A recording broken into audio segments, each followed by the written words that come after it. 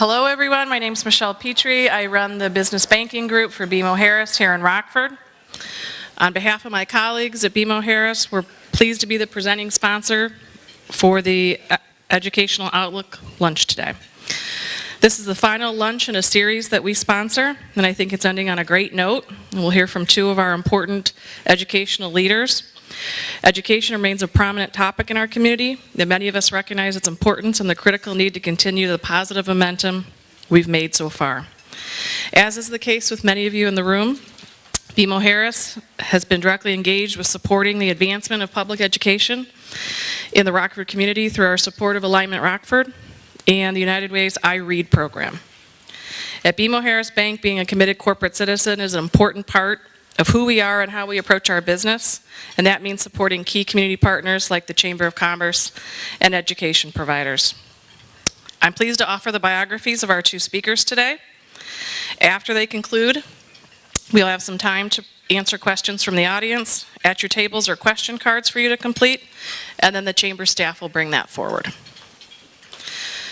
Now for our introductions. Dr. Becherer has served as the president of Rock Valley College since November of 2004. During his tenure, the college has opened a Learning and Opportunity Center in downtown Rockford, built a state-of-the-art science and mathematics building named for the past president, Carl Jacobs, and restored the Educational Resource Center and the Physical Education Center. Also, the college has received a $36 million allocation, one of the largest capital allocations to a community college in the state of Illinois, to build performance studio, classrooms for the arts, music, and theater, and to restore two existing original classroom buildings. Dr. Becherer is committed to bringing the resources of the college to address the community challenges. He's initiated a Running Start program for high-achieving high school juniors and seniors, enabling these students to take college courses that meet high school requirements and leading to the completion of high school graduation and the associate degree at the same time. In addition, he's been an advocate for RVC's preparation of engineers and manufacturing careers as one means to increase the economic vitality of the Rockford region. He's very active in the greater Rockford community. Dr. Becherer serves on the board of directors for the Rockford Health System, the Rockford Area Economic Development Council, Winnebago, Boone, and Stevenson County's Workforce Investment Board, and the Golden Apple Foundation. Dr. Becherer and his wife Janet enjoy the greater Rockford community, especially the amazing recreational and outdoor activities. Now, Dr. Jarrett became superintendent of the Rockford Public Schools in July 2013. He joined the district's leadership team in June 2011 as an assistant superintendent. Before that, he was principal at Hononegah Community High School in Rockton for 4 years. During that time, Newsweek magazine and the Washington Post recognized Hononegah as one of the top schools in the country. While at Hononegah, Jarrett was the teacher and assistant principal. He was an assistant principal at Rockford's East High School from 2004 to 2005. Jarrett earned his doctorate in educational leadership from Northern Illinois University. He serves as a member of the Alignment Rockford Governing Board and as a member of the United Way Annual Campaign Cabinet. He's also a member of the Discovery Center Board of Directors, the Joint Institute of Technology, Education, Aerospace, and the Rockford Area Economic Development Council's Education Committee. He lives in Rockford with his wife Christy and their 2 children. And now I will turn the podium over to Dr. Jarrett, who will be the first speaker.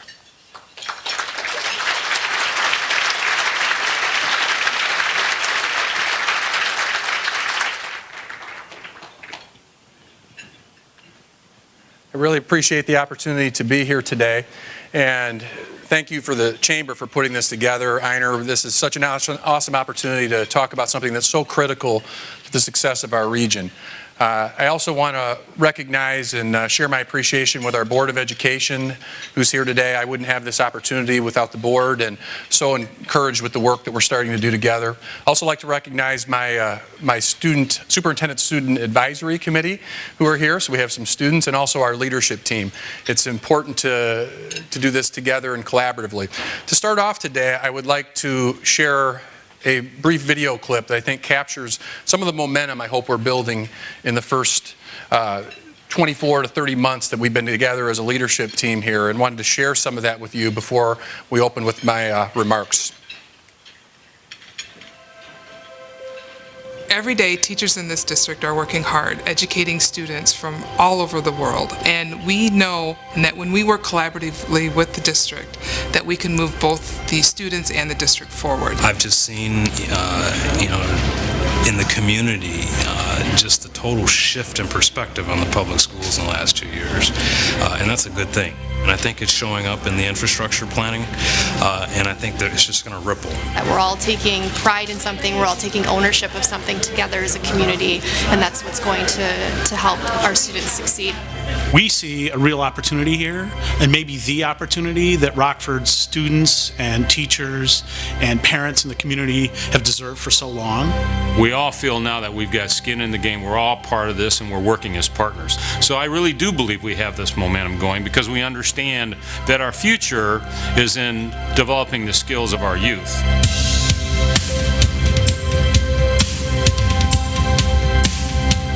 There's always going to be a positive environment when you see that the community in itself has invested in your school. We're about to open our new cafeteria, and so we're very, very thankful to the district. We're very, very thankful to the Rockford community. We have fundamentally changed the environment of the building, which I think has made the largest impact on our students. They walked in the first day of school, and that was the moment I'd been waiting for. And just the jaw-dropping, eyes wide open stuff, especially when they came into here in the library. It does feel differently here, and I think every teacher you would talk to would say they notice something different. The feeling that the students get of saying, this is a place that I want to be every day. I don't want to leave this place. I want to contribute to it. All of it is directed towards supporting the kids' efforts to become better academically and for their future. You know, you can come into a school and tell in the morning what kind of day it's going to be. And I can honestly say every day it's been a feeling of education and not a feeling of conflict. We saw a huge turnaround in East even after Heartland came through with ShareFest a couple of years ago. We've seen discipline issues drop. We've seen referrals go down.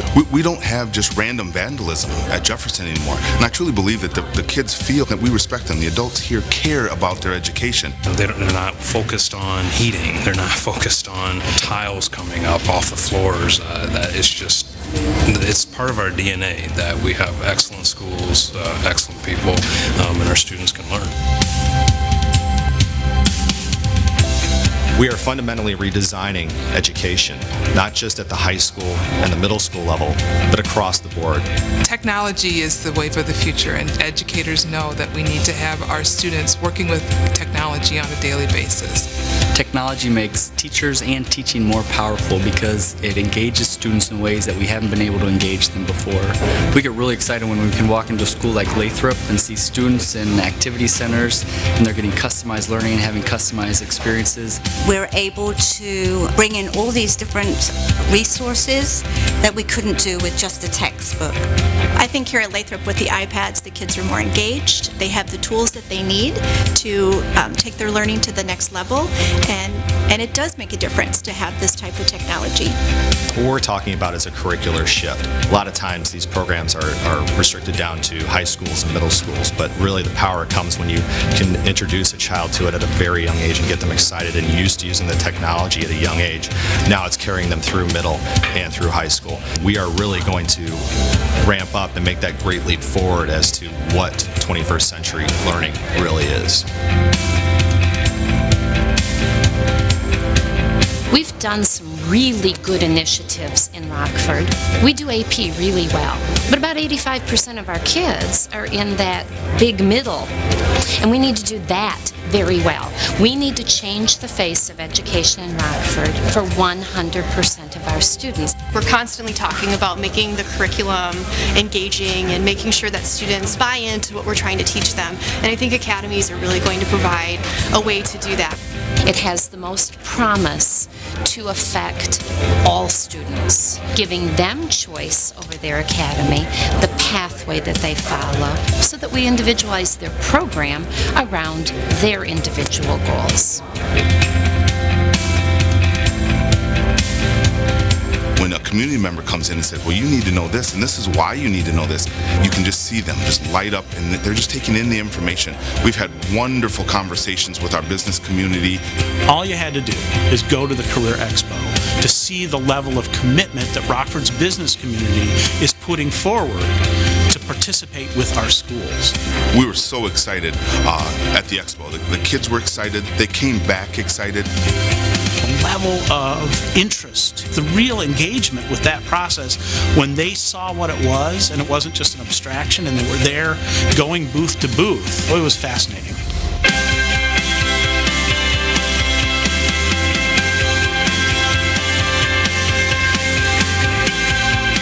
I've had nothing but great things to say about the business community, and vice versa. They want to come into Jefferson. People that I didn't even know, or companies I didn't even know existed, are coming and knocking on our doors now just to be a part of the academy. And I'm so excited for the other 3 schools to eventually, this next year, come into the academy so they can experience what we've experienced here at Jefferson.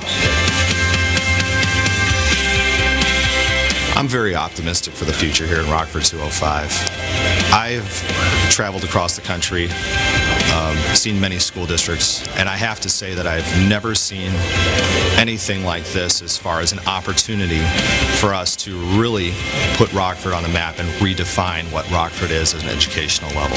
This is the time as community members to say we're going to rally around one goal. We're going to rally around our administration. We're going to rally around our teachers. We're going to rally around our students. So that way 10 years from now we can say, look at how our students are doing. They love the schools, they love the city, and Rockford is a great place to live. We've all been through enough attempts at change or things that look like change that the easy way out is to say, oh, this is just that again. But it feels different this time. It feels like it could be really happening, and we all need to get behind it and push.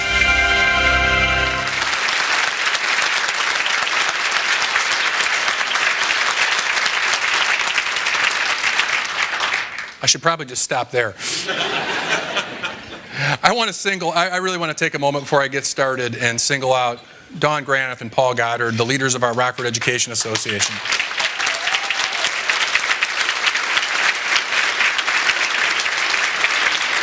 I'm going to spend some time talking about building a collaborative culture, and it starts there. I don't know any other way that we can succeed as a community unless we build a community-wide collaborative culture, and it starts with our employees, but it has to go throughout the entire community. And I'm so inspired when I see that video, when I watch those clips from the Academy Expo, and I think about the way the business community has stepped up and really gotten involved in the lives of our students and gotten involved in our schools. I'm so appreciative for that, and that's a big part of what we're trying to accomplish here. We do need to continue down that pathway of building a culture, and building a culture that's collaborative, surrounded by a focus on our student success. Now, 6 months on the job, one of the things I committed to right away was a focus on collaboration and just going on kind of a listening tour. With 3,700 employees, it's hard to get to know how your employees feel. And so what we've committed to do is go and visit every single school. There's 47 of them altogether, and every single employee group, and have town hall meetings. And it's unplugged. I show up and we talk. And what I've been really pleased with so far is the level of candor from our employees. And these are the kind of things that I'm hearing. There is a sense of optimism. There's a sense of appreciation for the way the community is stepping up. But there's also a sense that we're not 100% sure we can get behind this yet. You know, we've changed tracks a lot of times. We've all heard the different statistics about how many times we've changed superintendents and how we've stopped and started. And there's certainly the possibility to fall into that cultural belief that, hey, if we just wait this new initiative out, it's going to go, because things come and go so fast in this community. And so we have to acknowledge those. But what I'm really committed to from a cultural standpoint is, imagine what would happen as people consider our schools, either from within our community or outside of our community, if they are fully committed to the idea that we have a good story to tell about our schools. Now, that can't be false. That has to be real. But so many people I know, when they make a decision about where they're going to send their kids to school, aren't studying spreadsheets. They're talking to 1.8 people. Now, I'm not exactly sure how you talk to 0.8 people. But the idea is we're talking to less than 2. And so we talk to people we trust about where they send their kids and how they feel about their experience. And so it's going to start with our employees. And start about 3,700 employees feeling good at a barbecue saying, I send my kids to our schools and I'm proud of it and I feel good about it. It starts with our realtors when people come around our community and say, hey, don't be afraid to buy a school in the Rockford school or a house in the Rockford School District. It's okay. Those are the kinds of conversations that need to have in human resources departments throughout the community when we attract talent. But people aren't going to lie about those kinds of things. It has to be real. It has to be sincere. It's not going to be, it can't be propaganda. It has to be part of a real feeling. And I think by our business community getting into our schools, and I think by more and more of our employees starting to be part of this positive culture that we're building, that's going to slowly change over time. Now, the other thing I really want to focus on besides building culture, which I think is essential to our success, is the idea of building that kitchen table for our students. Having a results-oriented culture, because none of this matters if our students don't leave us ready for college and career. And so from my perspective, that's what really drives me. That's why I want to be here in this position, is because I wanted to be part of a team and part of a community that made a difference in the lives of our children. Now, I was born and raised in this community, 2 college-educated parents, and I was extremely blessed to live in what anybody who knew me growing up would definitely confirm was a very results-oriented culture in my family. We had some very challenging conversations about what it took to be ready for the world of work. And I'd actually love to highlight my father, who happens to be here today in the crowd. Dr. Robert Jarrett was a part of a lot of those conversations, so it's good to have you in the crowd.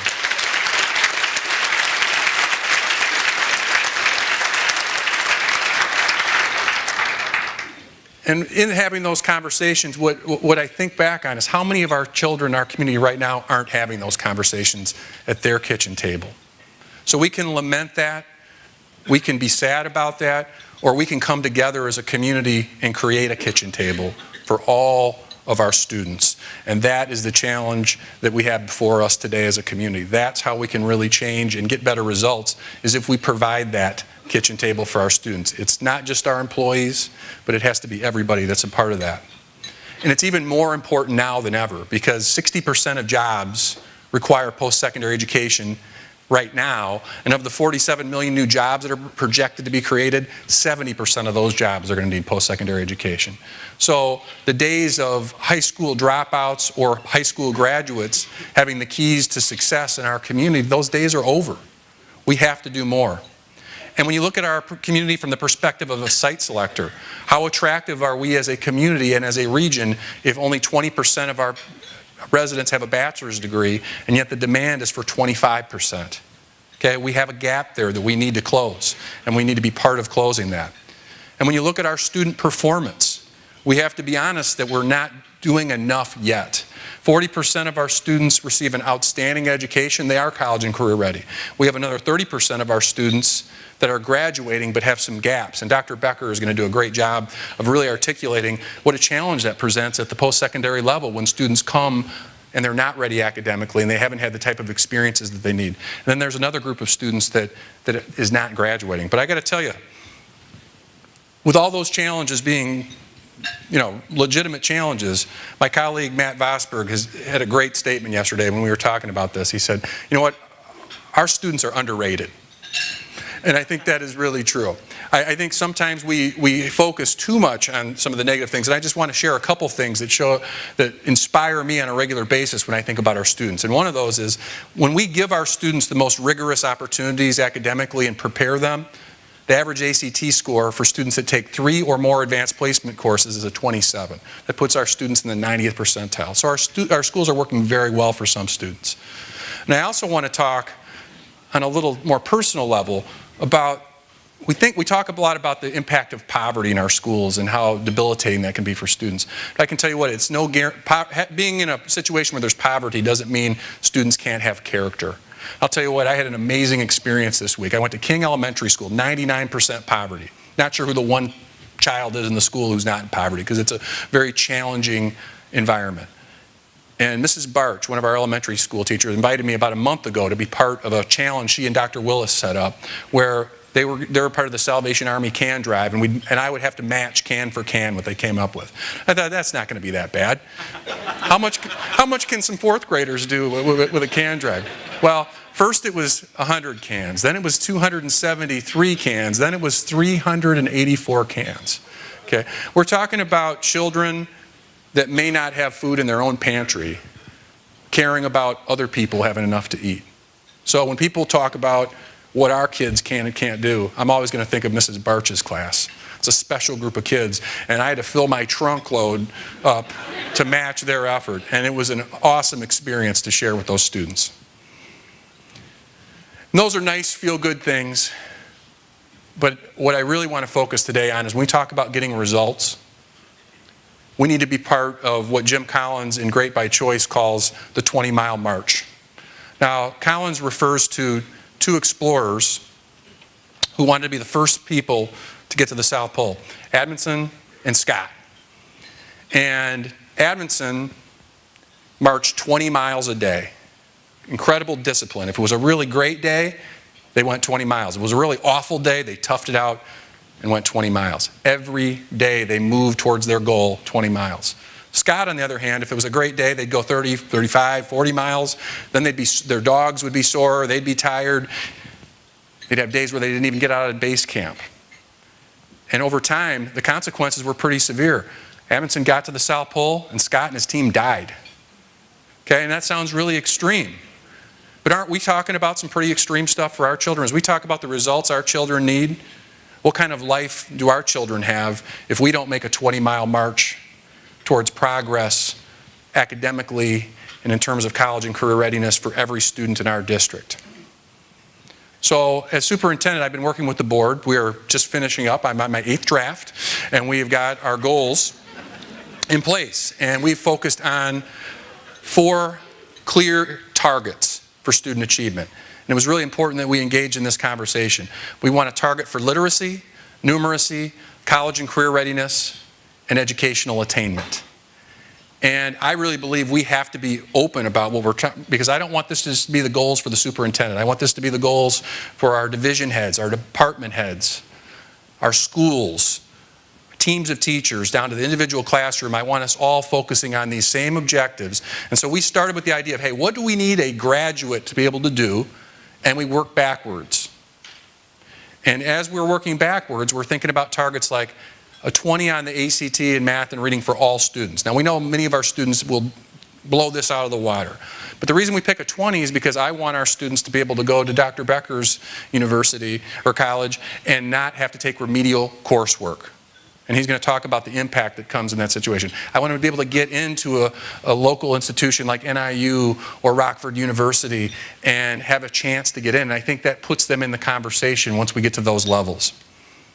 Educational attainment. If it's bad for students that have a high school diploma, let's think about how bad it is for the ones who don't have a high school diploma.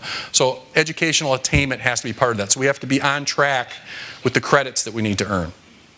And finally, we need a way not just to talk about college and career readiness, but we have 5 ways we're going to allow students to be able to show that they're ready for college and career. They're going to be able to take an advanced placement course, obtain dual credit. They're going to be able to complete the Work Keys certification, complete a national career certification through our academies, or for any other student, and I'm hoping they all will do this, we're going to create a digital portfolio with 15 to 20 milestones collectively that seniors will be presenting before they leave us to show that they are college and career ready. Okay? We're not going to just talk about it like it's some nebulous term. They're going to do things like every sophomore will fill out a job application. Every junior will have an opportunity to apply to a university and write a college essay. These are things that are going to be built into the experience for all students, not just the students who happen to get pushed by a guidance counselor to do it. And we're going to measure these things and we're going to keep score. Now, we've had some successes along the way that we want to continue to build on as well with our Readiness Rocks initiative. Early childhood is a huge area of investment for this district, and I want us to continue to do that. And it's got to be a community-wide effort because the state doesn't fully fund it. We do receive a significant grant, but 75% of our students approximately were receiving an early childhood experience 2 years ago, and now we are up to about 85% of our students. And when I talk to our early childhood centers, they feel that. because the 10% additional students they're serving aren't the ones that were showing up anyways. They're the students who need it the most. And when we get to 100%, which is our goal someday, we're going to need even more community resources to support that initiative. But here's why that initiative is so important. Because 93% of our students who are reading at grade level in third grade continue to read at grade level throughout their entire academic life in the Rockford Public Schools. If we can get to these students early, it works. So we have to think about what summer school is going to look like for kindergarten, first and second, third graders, because we may need a longer week, we may need a longer year, and we may need to start the process earlier with great early childhood, even 0 to 3 experiences as a community. Really excited about the progress we're making on the academies. You could see some of that energy and that enthusiasm in the video. Jefferson is off to a great start. They're wall-to-wall this year, and all the rest of our schools will be joining them. And we couldn't have done it without the support of Alignment Rockford, who've just been wonderful partners. So I'd like to recognize Alignment Rockford for all of your great work. Thank you for what you guys have done to coordinate this.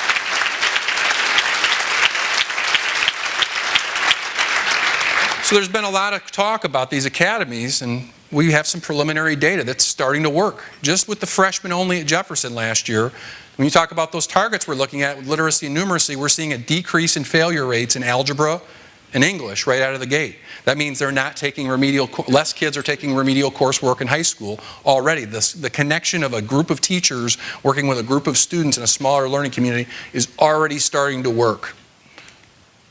And the Career Expo was an awesome experience for our students. We had over 5,000 students served by 150 different businesses and almost 700 volunteers.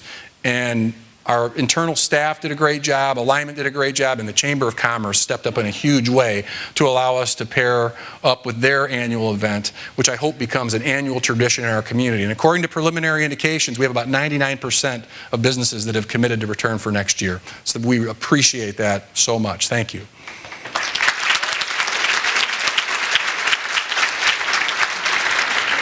I don't believe that a fine arts or a world languages experience is something that should be optional for kids. I don't think it should just be something that suburban kids experience or private school students.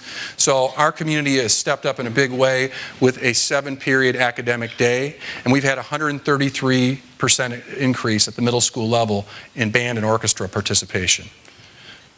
It's exciting. To put that in perspective, in 2011 we had 1 orchestra and 3 middle school bands. Now we have 8 bands and 7 orchestras. It's making a huge difference. Just this year, in addition to the $6 million annual bill that our board had to authorize for adding the 7-period day, we also had the great problem of having to buy over $100,000 of instruments this year because so many kids needed instruments because there was such a high level of participation. And the Community Foundation of Northern Illinois is doing a great job. They did a Bandwagon 1 campaign a few years ago that they're following up with a Bandwagon 2 to help fund ongoing expenses to support this program.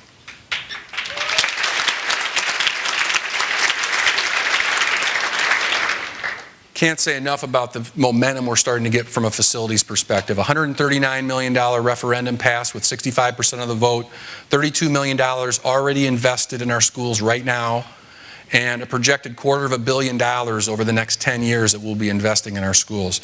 And we're doing it in a way that is responsible to the taxpayer. Now we know we have a collective issue with assessed evaluation in this community, and that's something we have to work on. But we have made some significant strides with our school district's tax burden. We were able to honor the pledge to give 58 cents back with the Kids Win Pledge, which equated to $13 million in tax relief, maintain that pledge, and held the levy flat for another year. Conservatively, we've given back about, we've not given back, but we have given about $25 million of tax relief over the last 2 years, which I think is really needed in a very tough economy. So we're excited about that and appreciate the board's leadership on that issue.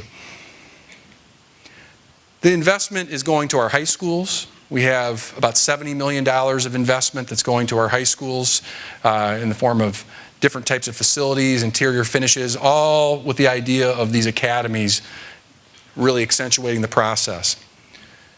We've also, I hope, are in the process of removing the term gym-a-cafetorium from our elementary vernacular, as we've put 6 middle school additions on that allow our students to have a great fitness place and to make sure that even on a cold day like today, our students can utilize those facilities while the other students are eating lunch. It's a very important part of a well-rounded experience for our students. And we're really engaged in an important board-level and community-wide planning process.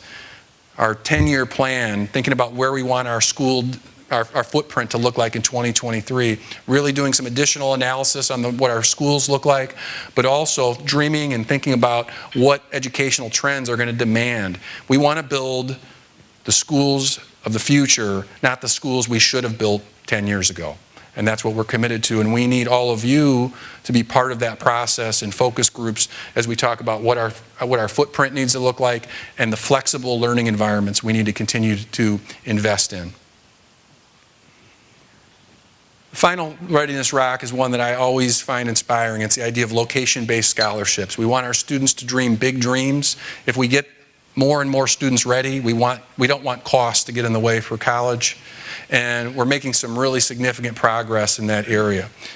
I also believe if we could have a location-based scholarship where people that live in our community could attend, by buying a house in Rockford and attending the public schools, could have a college education paid for as part of that pledge, I think that would do an amazing amount of good towards our property values. Now, we have a big win that has been announced, but I don't know if people fully recognize this, and I want to recognize Dr. Head, who I know is in the audience today. He and his board of trustees at Rockford University have stepped up in a big way as we're waiting for what my colleague Matt Vosberg calls the layered cake approach to kick in to find the funding for this. Rockford University already has invested up to $2 million per year in scholarship opportunities to provide Rockford University tuition for the price of Rock Valley College. So I'd love to have Dr. Head stand and be recognized. Thank you.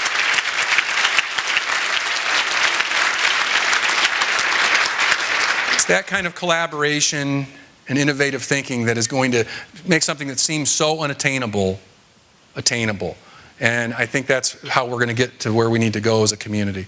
You know, we've been really blessed to have some optimism and some momentum as a community and with the school district here. And I really wanted to take this moment as I reflect on this positive comment, how appreciative I am for my predecessor, Dr. Bob Willis, who really did a great job as the interim superintendent to lay some of this foundation. So as I think about this positive momentum in the last 24 months, I certainly wanted to recognize Bob and all of his work that he did to establish that. So thank you, Bob.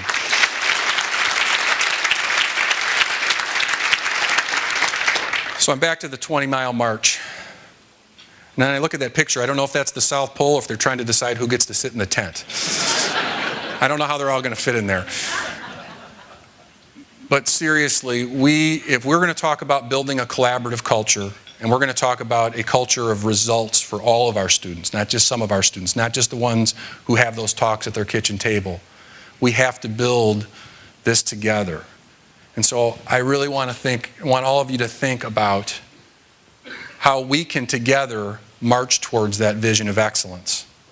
20 miles at a time towards building that collaborative culture, 20 miles at a time towards building that high level of the results and the high level of expectations for our students. I think it's so important to get there together. And a big part of that is going to be this transform movement that we're all a part of. And I am honored to have our school system be a small part of that process, because I believe strong schools are going to be at the cornerstone of that. And I'm also honored to share the stage today, and I've taken way too much of the time, with my colleague, my friend, and one of my mentors, Dr. Jack Becher, who's been on this march for more than 10 years already. And Dr. Becher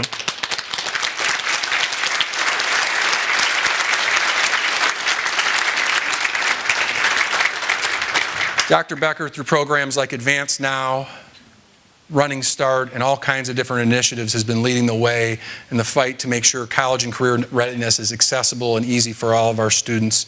And I'm so honored to call him a colleague and a friend. With that, I'm going to turn it over to Dr. Becher. Thanks so much. Good afternoon. I want to also thank our trustees who are here and those who can't be here for leading the college, my colleagues on the leadership team, my colleagues from the faculty, and my colleagues from the administration who are here today, and all of the rest of them who are finishing up their final exams and taking care of our students, which is a very important thing. And after 9 years in this community, I see so many friends in this room. And I want to thank all of you and the partners in this room that are understanding the importance of education from early childhood and kindergarten all the way through university opportunities. It's so important. So, it's a privilege to stand in front of you. And Ehren, after 6 months, has done a lot.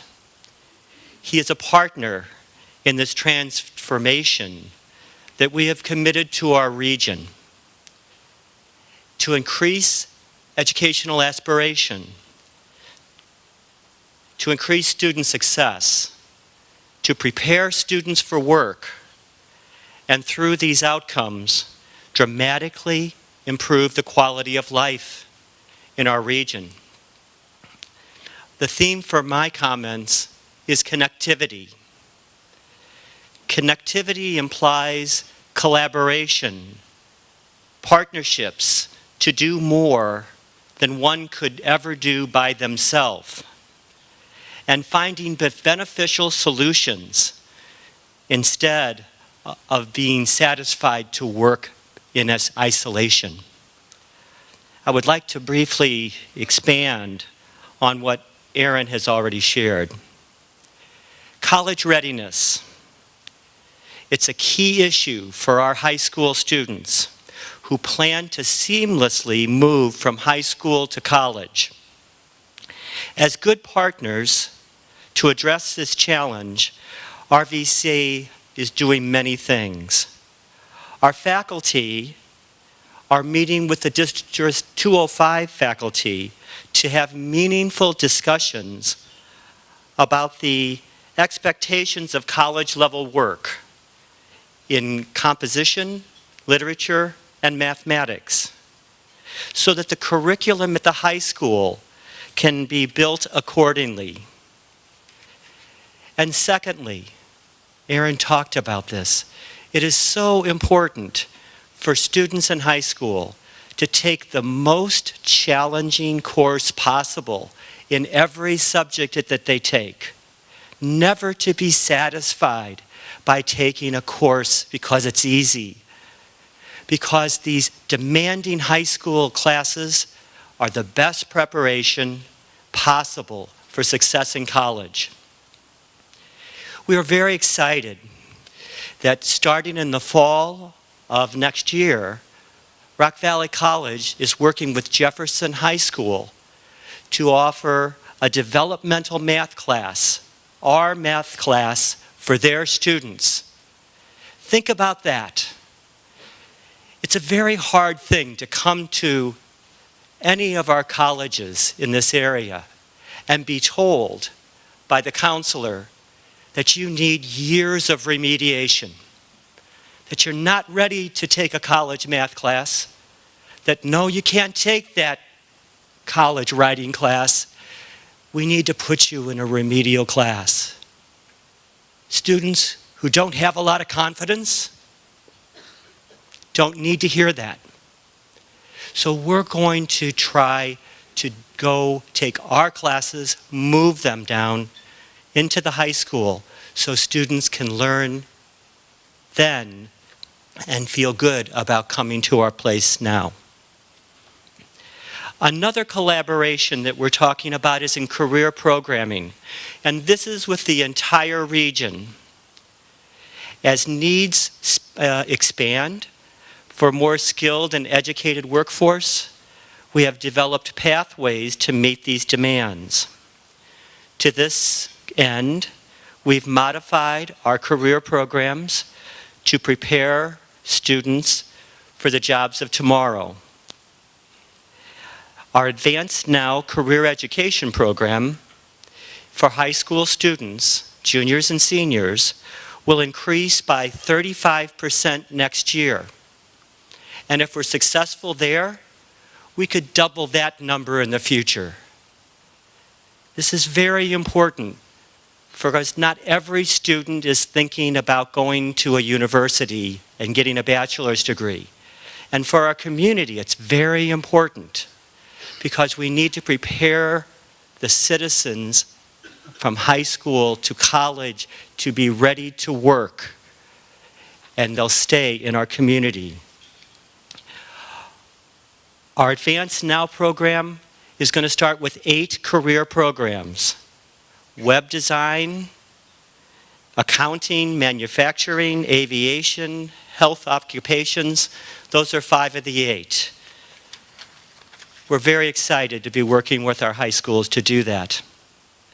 A student who completes 2 years of high school career education will be guaranteed a credential, a certificate, or significant credits for our associate's degree at Rock Valley College. Many of you know about our dual credit programs and our Running Start program.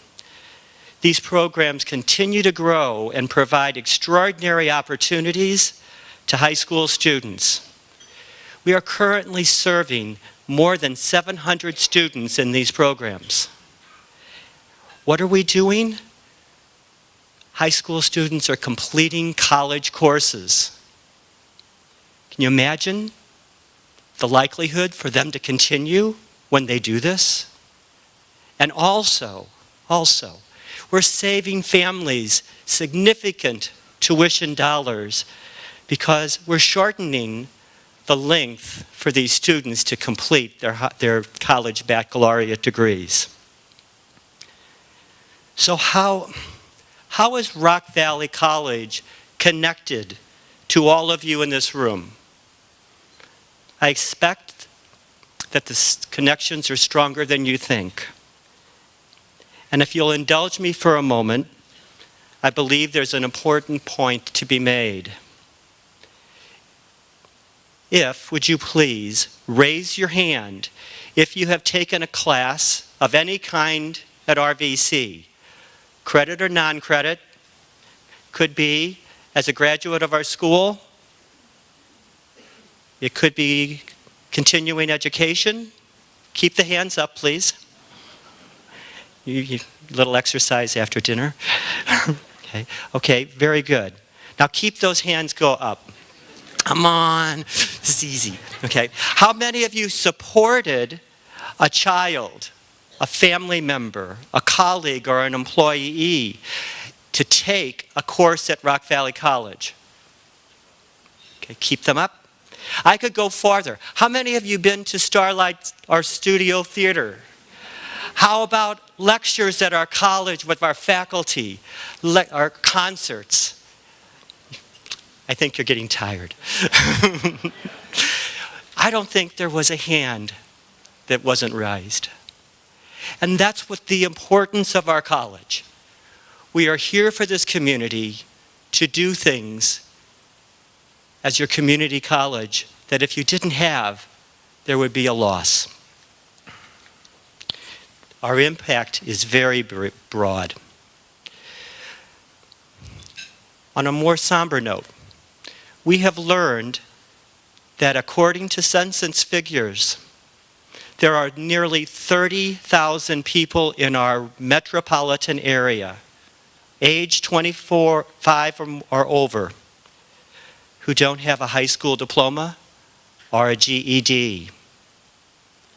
We also know that our region lags behind national statistics for residents for bachelor's degrees. So Rock Valley College is working with the Workforce Investment Board, La Voz Latina, the Literacy Council, and others to reach more adults who need adult educational foundations and literacy skills. These initiatives are critical in the endeavor to break the cycle of poverty and crime in our region. So RVC has a privilege and an obligation.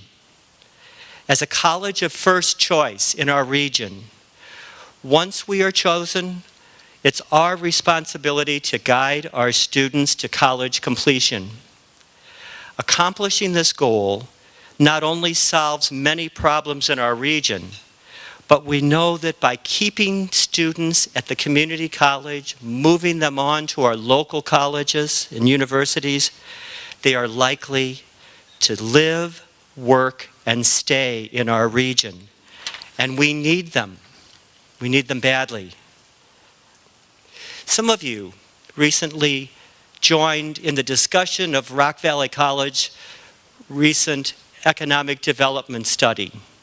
And the Chamber's Voice publication shared some of the information. Allow me to share a few of the findings that are particularly relevant. The value of an associate's degree can be very powerfully demonstrated.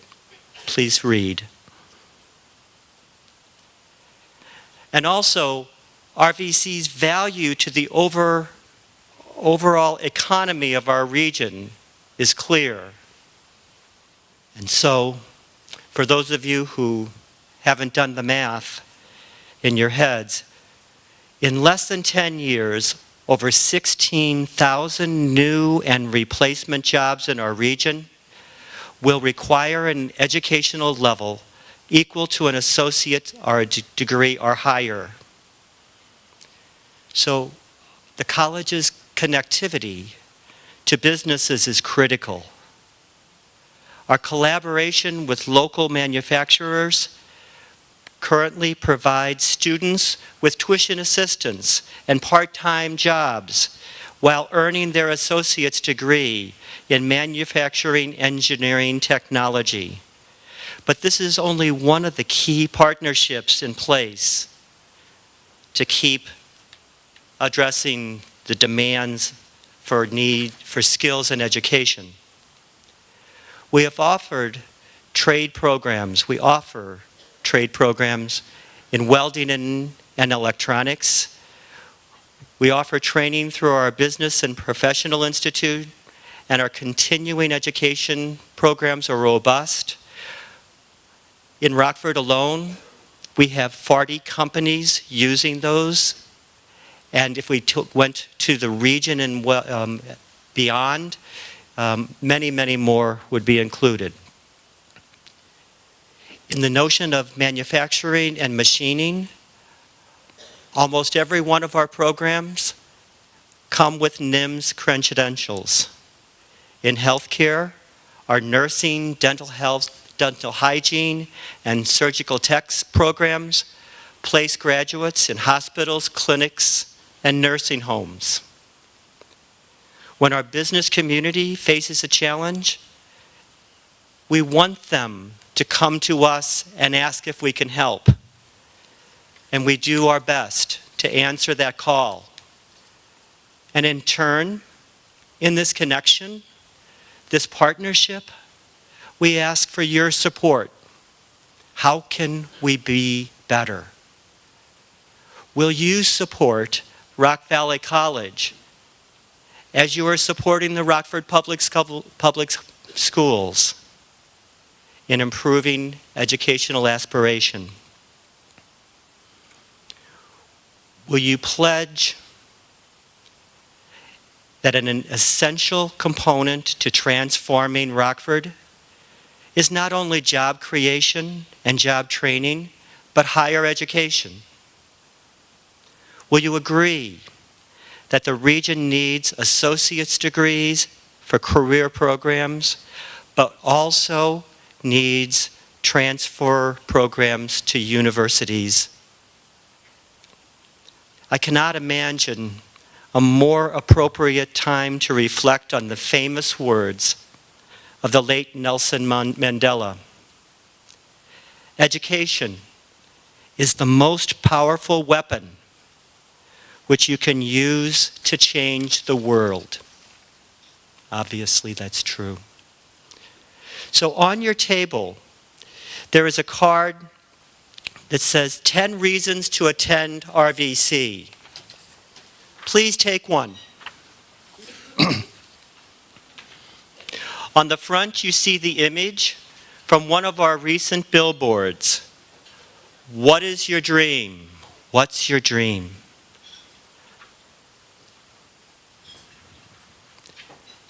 My dream is for a better Rockford. I know you share that. I know Ehren shares that. And we are working together better than ever to help more and more achieve their dreams. This is an unprecedented time. We should be pleased that we're all working together. So I ask you to take a card, or 2 or 3 if you like, and I want you to pass it on to someone you know who might be considering their next step in education. Or, if you believe that they should be considering it, convince them that education will make a difference in their life. This is one small opportunity for you to personally help us to support these dreams, to make them a reality. So, Ehren and I have talked about connectivity. We are all connected in many obvious ways. And I believe, as I think you believe, that education is the strongest fiber of our fabric. We are counting on you, our partners, and together we will be successful in improving our city, our region, one dream at a time. Thank you very much.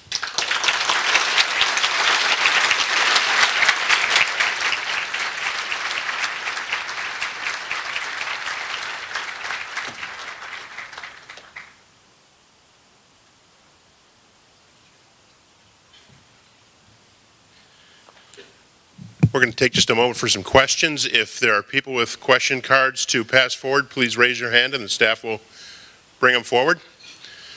But I will start with a couple questions in the meantime, and I'll start with Dr. Jarrett. One of the conversations that started early on with Readiness Rocks was about parental engagement. I want to get your perspective on is that improving? Is it increasing? Are we seeing some more activity with the parents within the schools? Important question, and yes, I think we are starting to see some improvement. Earl Dotson Jr.'s department, Parent and Community Engagement under the leadership of Marcia Sisney, are doing some awesome things to reach out to parents directly and indirectly, and so we're seeing some progress, but that is the ultimate embodiment of a 20-mile march. You know, some of our neediest students are the ones with the parents that have the lowest level of engagement. So not only is it a challenge for our public schools and the departments that are working with that every day, but I think it's really a challenge for our entire community to meet people where they are and find those connections to pull them into the education process that their child is engaging in. And then for Dr. Becker, I was working off of Dr. Jarrett's presentation of the goal of getting ACT scores at 20 for math and reading, for helping move them quicker through college, including Rock Valley College, and you talked about the remedial nature of some of the needs of the schools. By virtue of them arriving with a 20 or higher at your college, how much more rapidly does that get them to degree attainment? It depends on the students' needs for remediation, of course, but we see students who will spend 2 semesters or 3 without making too much progress in college-level courses. And as I said before, it's an aspirational issue because it's very hard to ask a student to have the discipline and persistence and the excitement that it takes to be successful if they come to our school lacking in the basic skills. There was a study not too long ago that demonstrated that, as Ehren talks about, if you come to college and career ready, with a 20 or better in an ACT, the students who come without those skills will never catch up to you. They can succeed, they can graduate, but they will never catch up. So the K-12 system is where the bar is set. Thank you. I've received several questions. I think I'm going to ask one more, and then we'll close our event. I'm going to start with one quick question for Dr. Jarrett, then ask a more extensive question, which is, the first is, why did you choose Rock Valley College as a place to go? And the second is more from the business community perspective, is as academies continue to roll out, what role from the small business community can they have, especially those in the neighborhoods with the various schools, to participate in career awareness, career readiness? Thank you. You know, I had the opportunity to attend Rock Valley College, and it was because of a personal connection. For me, it was a relationship with a coach.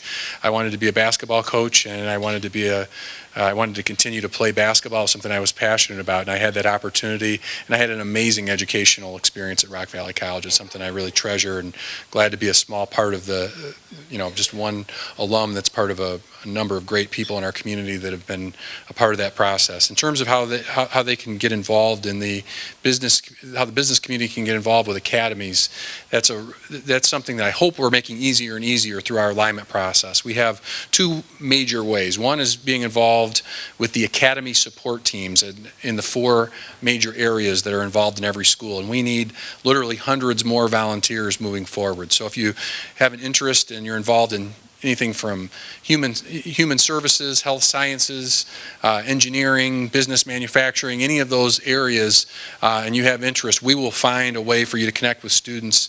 And the academies are only going to be as good as the level of continued involvement. Jefferson is blazing a pretty strong trail. They have over 200 volunteers that are part of their academy support teams already. But I know our community is up to the challenge to matching and even exceeding that as we roll this out to all of our schools, including our alternative high school, Roosevelt, which has an academy as well. So with that, I'll turn it back over to Ehren. We also had a question from the audience as to whether these PowerPoints will be available, and I assume the answer is yes. And then also this event has been filmed, so it'll be available on the various websites of the institutions or the Chamber of Commerce as well. So we'll make sure we get that out and promote it to you.